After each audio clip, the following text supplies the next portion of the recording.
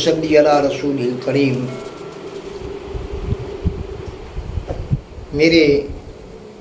ملک کے، میری اس دھرتی کے نوجوان اور ابھرتی ہوئی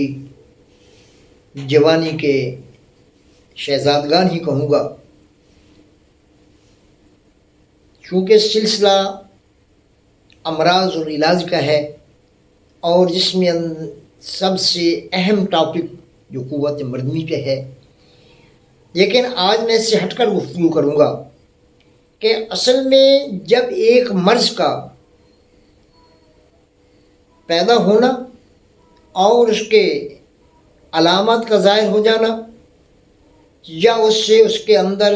ایسی کیفیت کا پیدا ہو جانا جس سے اپنے آپ کو وہ کمزور، پریشان، بیمار سمجھ رہا ہے، لیکن ان چیزوں سے آگاہی ہوتے ہوئے بھی اپنے آپ کو اس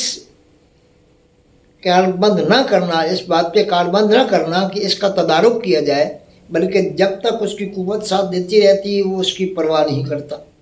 لیکن جب اس کے اندر یہ حالات پیدا ہوتے ہیں، جب اس کے تکلیف کے اثرات اس میں آتے ہیں، تو وہ تو بدستور چل رہے ہیں۔ اس میں یہ نہیں ہے کہ مرض کسی وقت بھی اس کو معاف کر دے گی، نہیں۔ اگر جراثیم ہے تو بڑھتے جا رہے ہیں، وائرس ہے تو وہ بھی اپنی ایک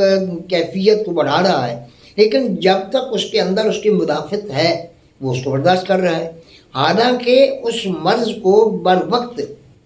ڈائیگنوز کرایا جائے،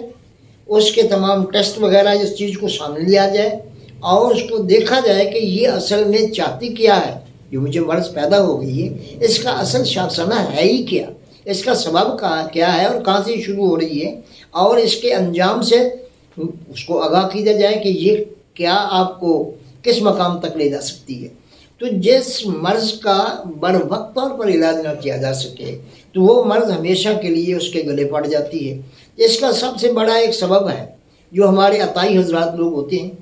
جنہیں اس چیز سے وابستگی بھی نہیں ہے، لیکن وہ صرف اپنے آپ کو ایک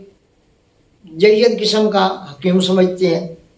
اور اپنے آپ کو ایک معالج سمجھ کر لوگوں کی زندگی کو تہبالہ کرتے ہیں۔ شعبدہ بازی کے اندر وہ ماہر ہوتے ہیں، پھر اس کے اندر اپنی ایک ان کی غرض شامل ہوتی ہے۔ سلطان پدرم سلطان بوت اپنے آپ کو ایک بڑے ٹائٹل کے ساتھ اپنے آپ کو حکیم کہلانے سے